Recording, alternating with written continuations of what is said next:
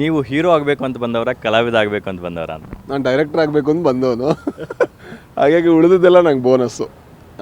ನಾನು ಡೈರೆಕ್ಟರ್ ಆಗಬೇಕು ಅಂತ ಬಂದದ್ದು. ಆ್ಯಂಡ್ ಎಲ್ಲದಕ್ಕಿಂತ ಇಂಪಾರ್ಟೆಂಟ್ ಆಗಿ ನನಗೆ ಒಳ್ಳೆ ಸಿನಿಮಾಗಳನ್ನು ಮಾಡಬೇಕು, ನೋಡಬೇಕು ಅಂತ ಬಂದವನು ನಾನು. ಈಗ ಮಿಥಿಲೇಶ್ ಅಂತ ರೂಪಾಂತರ ಅಂತ ನಮ್ಮದೊಂದು ಸಿನಿಮಾ ಬರ್ತಾಯಿದೆ, ಅದರ ನಿರ್ದೇಶಕ. ಅವನ ಕತೆ ಹೇಳಬೇಕಾದ್ರೆ ನನಗೆ ಅದು ಭಾಗ್ಯ ಅನ್ನಿಸ್ತು, ಅದರಲ್ಲೊಂದು ಭಾಗಿಯಾಗೋದು. ಅದರಲ್ಲಿ ಡೈಲಾಗ್ ರೈಟರ್ ಆಗಿ, ಅಡಿಷ್ನಲ್ ಸ್ಕ್ರೀನ್ ಪ್ಲೇ ರೈಟರ್ ಆಗಿ, ಜೊತೆಗೆ ಒಬ್ಬ ನಟನಾಗಿ ಭಾಗಿಯಾಗೋದು ನನ್ನ ದೊಡ್ಡ ಭಾಗ್ಯಗಳಲ್ಲೊಂದು. ಯಾಕಂದರೆ ಇದೊಂದು ತುಂಬ ಒಳ್ಳೆ ಸಿನಿಮಾ. ಏನಾಗಿತ್ತು ಕಮರ್ಷಿಯಲ್ ಅದು ಆಮೇಲೆ ನೋಡೋಣ. ಬಟ್ ಆದರೆ ಎಷ್ಟೋ ವರ್ಷಗಳ ಕಾಲ ಮಾತಾಡಬೇಕಾದಂಥ ಸಿನಿಮಾ ರೂಪಾಂತರ ಖಂಡಿತ ಆಗುತ್ತೆ ಅಂತ ನನಗೆ ನಂಬಿಕೆ ಇದೆ. ರಾಜ್ ಬಿ ಶೆಟ್ಟಿ ಅವರು ಬರೀ ನಟನಷ್ಟೇ ಅಲ್ಲ, ಒಳ್ಳೆ ಬರಹಗಾರರು, ನಿರ್ದೇಶಕರು, ನಿರ್ಮಾಪಕರು, ಇಷ್ಟೆಲ್ಲವೂ ಇದ್ದುಕೊಂಡು ಮಲಯಾಳಮಲ್ಲಿ ಮೆಗಾಸ್ಟಾರ್ ಮಮ್ಮೂಟಿ ಅವರೊಟ್ಟಿಗೆ ಒಂದೊಳ್ಳೆ ಸಿನಿಮಾ ಮಾಡ್ಕೊಂಬಂದ್ರಿ, ಟರ್ಬೋ. ಈಗ ನಿಮ್ಮನ್ನು ಟರ್ಬೋ ಸ್ಟಾರ್ ಅನ್ಬೋದು, ಟೋಬಿ ಸ್ಟಾರ್ ಅಂತ ಕರಿತಿದ್ವಿ, ಈಗ ಟರ್ಬೋ ಸ್ಟಾರ್ ಅಂತ ಕೂಡ ಕರಿಬೋದು. ಅದರಿಂದ ಒಂದೊಳ್ಳೆ ಮನ್ನಣೆ ಕೂಡ ಸಿಕ್ತು ನಿಮಗೆ. ಆ ಥರದ ಒಂದು ದೊಡ್ಡ ಸೂಪರ್ ಸ್ಟಾರ್ ಜೊತೆ ಒಂದೊಳ್ಳೆ ಬಿಗ್ ಬಜೆಟ್ ಸಿನಿಮಾ ಮಾಡಿ, ದೊಡ್ಡ ಲೆವೆಲಲ್ಲಿ ಪ್ರಮೋಷನ್ಸ್ ಮಾಡಿ, ಬಾಕ್ಸ್ ಆಫೀಸಲ್ಲೂ ದೊಡ್ಡ ಮಟ್ಟದಲ್ಲಿ ಸಕ್ಸಸ್ ಆಗಿ, ಈ ಥರದೊಂದು ಸಣ್ಣ ಸಿನಿಮಾದಲ್ಲೂ ಮಾಡೋದಕ್ಕೆ ನೀವು ಓಕೆ ಅಂತಿರಲ್ಲ, ಅದು ನಿಮ್ಮ ದೊಡ್ಡ ಗುಣ ಅನಿಸುತ್ತೆ. ಆ್ಯಕ್ಚುಲಿ ಇದು ಉಲ್ಟಾ. ಈ ಸಿನಿಮಾ ಇದಕ್ಕಿಂತ ಮುಂಚೆ ಆಗಿತ್ತು. ಓಕೆ. ಬಟ್ ಇಲ್ಲ ಅಂದರೂ ಕೂಡ ಈ ಸಿನಿಮಾ ಏನಾದರೂ ಇಷ್ಟೊಳ್ಳೆ ಸಿನಿಮಾ ಆಗುತ್ತೆ ಆ್ಯಂಡ್ ಇವನೇ ಬಂದು ಮತ್ತೆ ಕತೆ ಹೇಳಿದರೆ ನಾನು ಖಂಡಿತ ಮಾಡ್ತಿದ್ದೆ. ಸಿನಿಮಾದಲ್ಲಿ ದೊಡ್ಡ ಸಿನಿಮಾ ಸಣ್ಣ ಸಿನಿಮಾ ಅಂತಿಲ್ಲ. ಸಿನಿಮಾ 2 ಗಂಟೆ, 1.5 ಗಂಟೆ, 2.5 ಗಂಟೆನೇ ಇರೋದು. ಒಳ್ಳೆ ಸಿನಿಮಾ, ಕೆಟ್ಟ ಸಿನಿಮಾ ಅಂತಿದೆ. ಒಳ್ಳೆ ಸಿನಿಮಾಗಳನ್ನು ಮಾಡಬೇಕನ್ನೋದಷ್ಟೇ ಇಂಟೆನ್ಷನ್. ಎಷ್ಟು ದೊಡ್ಡ ಸಿನಿಮಾ ಅನ್ನೋದು ಮ್ಯಾಟ್ರ್ ಆಗಲ್ಲ. ಇದಾದಮೇಲೆ ಕೂಡ ನನ್ನ ಫ್ರೆಂಡ್ಸ್ಗಳದೆಲ್ಲ ಒಂದು ಸಿನಿಮಾ ಪ್ರೊಡ್ಯೂಸ್ ಮಾಡಬೇಕು ಅಂತಿದ್ದೀವಿ ನಾವು. ಅದು ಸಣ್ಣ ಸಿನಿಮಾನೇ. ಆ್ಯಂಡ್ ಈಗ ಸಣ್ಣ ಸಿನಿಮಾಗಳ ಬಗ್ಗೆ ಇನ್ನಷ್ಟು ಜಾಸ್ತಿ ಒಲವಾಗಿದೆ. ಯಾಕಂದರೆ ಸಣ್ಣ ಸಿನಿಮಾಗಳು ಗೆದ್ದರೆ, ಹೊಸ ಟೆಕ್ನಿಷಿಯನ್ಗಳು ಬಂದರೆ, ಹೊಸ ನಟರು ಬಂದರೆ ಸಿನಿಮಾ ಇಂಡಸ್ಟ್ರಿ ಉಳಿಯುವಂಥ ಸಾಧ್ಯತೆ ಜಾಸ್ತಿ ಇದೆ. ದೊಡ್ಡ ದೊಡ್ಡ ಸಿನಿಮಾಗಳು ಬಂದರೆ ದೊಡ್ಡ ದೊಡ್ಡ ಸ್ಟಾರ್ಗಳ ಫ್ಯಾನ್ಸ್ಗಳು ಸಿನಿಮಾ ಹೋಗಿ ನೋಡ್ತಾರೆ, ಆ ಸಿನಿಮಾ ಸೆಲೆಬ್ರೇಟ್ ಮಾಡ್ತಾರೆ. ಇಂಡಸ್ಟ್ರಿಗೆ ಒಂದು ಲಾಭ ಇದೆ ಎಕನಾಮಿಕಲಿ. ಬಟ್ ಕ್ರಿಯೇಟಿವ್ ವೈಸ್ ಇರ್ಬೋದು, ಎಕನಾಮಿಕ್ ವೈಸ್ ಇರ್ಬೋದು, ಆ ಇಂಡಸ್ಟ್ರಿ ರನ್ ಆಗೋದಕ್ಕೆ ಬೇಕಾಗಿರ್ಬೋದು ಸಣ್ಣ ಸಣ್ಣ ಸಿನಿಮಾಗಳು ಕೂಡ.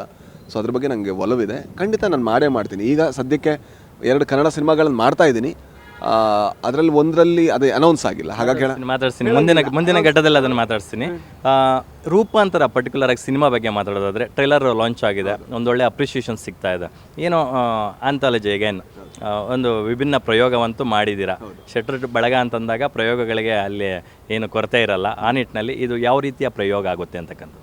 ಇದು ನಮ್ಮ ಸಮಾಜದಲ್ಲಿ ತುಂಬ ಜನಗಳನ್ನು ನಾವು ಯಾವತ್ತೂ ಕಣ್ಣೆತ್ತು ನೋಡಲ್ಲ. ಅವರ ನೋವು, ಅವರ ಸುಖ ಅಥವಾ ಅವರ ದುಃಖ, ಅವರ ಅಗತ್ಯತೆಗಳು ಯಾವತ್ತೂ ನಮಗೆ ತಾಗಲ್ಲ. ಆ ಥರದ ಜನಗಳ ಕತೆ ಇದು, ಆ ಥರದ ಕೆಲವರ ಕತೆ. ಆ್ಯಂಡ್ ಅದು ತುಂಬ ಕಾಡುವಂಥ ಕತೆ. ಅಂದರೆ ಆ ಕಥೆಯನ್ನು ನೋಡಬೇಕಾದ್ರೆ ಎಲ್ಲೋ ಒಂದು ಕಡೆ ಅವರಲ್ಲಾಗುವಂಥ, ಪಾತ್ರಗಳಲ್ಲಾಗುವಂಥ ಬದಲಾವಣೆ ನಮಗೂ ತಟ್ಬೋದು. ಅದರಿಂದಾಗಿ ಅದು ಸಿನಿಮಾದ ಹೆಸರು ರೂಪಾಂತರ. ಯಾಕಂದರೆ ಸಿನಿಮಾದಲ್ಲೂ ಕೂಡ ಬದಲಾಗ್ತಾರೆ, ನೋಡಿದ್ರೆ ಆಡಿಯನ್ಸಲ್ಲೂ ಕೂಡ ಆ ಬದಲಾವಣೆಯ ಒಂದು ಅಚ್ಚಾದರೂ ಮೂಡ್ಬೋದು ಅಂತ ಒಂದು ನಂಬಿಕೆ. ಆ ಥರದ ಸಿನಿಮಾ.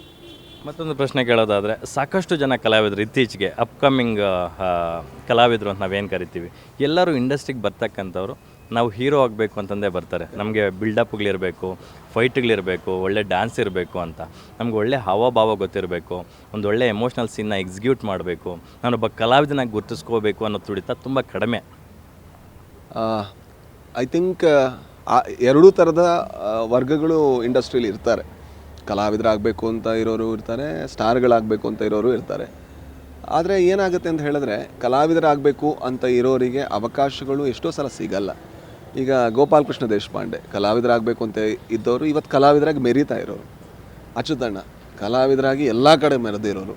ರಂಗಾಯಣ ರಘು ಅವರು ಕಲಾವಿದರಾಗಿ ಎಲ್ಲ ಕಡೆ ಗುರುತಿಸ್ಕೊಂಡವರು. ಪ್ರಕಾಶ್ ರಾಜ್ ಅವರು. ಈ ಥರ ಇದೆ, ದಂಡೆ ಇದೆ. ಹೊಸಬ್ರು ಕೂಡ ಬರ್ತಾರೆ, ಬಟ್ ಆ ಲೆವೆಲ್ಗೆ ರೀಚ್ ಆಗೋದಕ್ಕೆ ಸ್ವಲ್ಪ ಟೈಮ್ ಬೇಕಾಗುತ್ತೆ ಅವರಿಗೆ. ಹಾಗೆ ಬಟ್ ಹೌದು, ಅಂದರೆ ಹೊಸ ಹುಡುಗರಿಗೆ, ಹೊಸ ಹುಡುಗಿರಿಗೆ ನಾವು ಚೆನ್ನಾಗಿ ಕಾಣಿಸ್ಬೇಕು ಅನ್ನೋವಂಥದ್ದೇ ಆಸೆ ಇರುತ್ತೆ. ನಾನು ಚೆನ್ನಾಗಿ ಕಾಣಿಸ್ಬೇಕು, ಅಥವಾ ನಾನು ಪವರ್ಫುಲ್ಲಾಗಿ ಕಾಣಿಸ್ಕೋಬೇಕು, ನಾನು ತುಂಬ ಶಕ್ತಿವಂತ ಅಂತ ಅನ್ನಿಸ್ಬೇಕು ಅಂತ. ಮನುಷ್ಯನ ಹುಡುಕಾಟನೇ ಅದಲ್ಲ. ಲೈಫಲ್ಲಿ ಏನು ಸಿಕ್ಕಿರಲ್ಲ ಅದು ಸಿನಿಮಾದಲ್ಲಿ ಅಥವಾ ಬೇರೆ ಎಲ್ಲೋ ಒಂದು ಕಡೆ ಅದು ನನಗೆ ಸಿಕ್ಕಿದ್ರೆ ನಾನು ಸ್ವಲ್ಪ ಸಮಾಧಾನ ಸಿಗ್ಬೋದು ಅಂತ ಅಂದ್ಕೊಂಡಿರ್ತಾನೆ.